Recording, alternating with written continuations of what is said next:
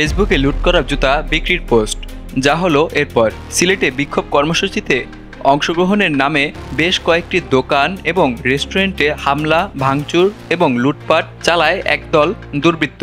এই ঘটনার পর রাতভর অভিযান চালিয়ে 14 জনকে আটক করেছে সিলেট মেট্রোপলিটন পুলিশ। মঙ্গলবার সকালে আটকের বিষয়টি নিশ্চিত করেছেন সিলেট কোতোয়ালি থানার ভারপ্রাপ্ত কর্মকর্তা ওসি মোহাম্মদ জিয়াউল হক।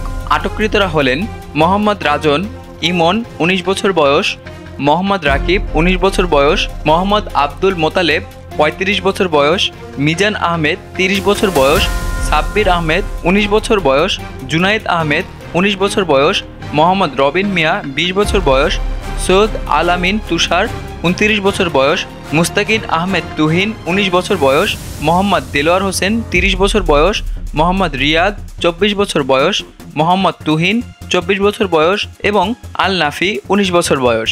ওসি বলেন, গতকাল সোমবার বিক্ষোভের সুযোগে বিভিন্ন প্রতিষ্ঠানে হামলা, ভাঙচুর এবং লুটপাট করে একদল দুষ্কৃতিকারীরা। এ সময় তারা বাটা শোরুমের বেশ কিছু জুতা লুট করে নিয়ে যান। পরে বিভিন্ন ফেসবুক আইডি এবং পেজ থেকে এসব বিক্রির বিজ্ঞাপনও দেওয়া হয়। এসব পোস্ট এবং তথ্যের সূত্র ধরে রাতভর অভিযান চালিয়ে জুতাসহ তাদের আটক করা হয়েছে। আটককৃতদের বিরুদ্ধে দেশের প্রচলিত আইনে ব্যবস্থা নেওয়া হবে। প্রসঙ্গত, ফিলিস্তিনে হামলার প্রতিবাদে সোমবার সারা দেশের ন্যায় সিলেটেও বিক্ষোভ কর্মসূচি পালন করা হয়। এই বিক্ষোভের সুযোগকে কাজে লাগিয়ে সিলেট মহানগরের দরগা গেট, চৌহাট্টা, মিরবস্টুলা, জিন্দা বাজার সহ বেশ কিছু এলাকায় বাটার শোরুম ভাঙচুর এবং লুটপাট চালানো হয়।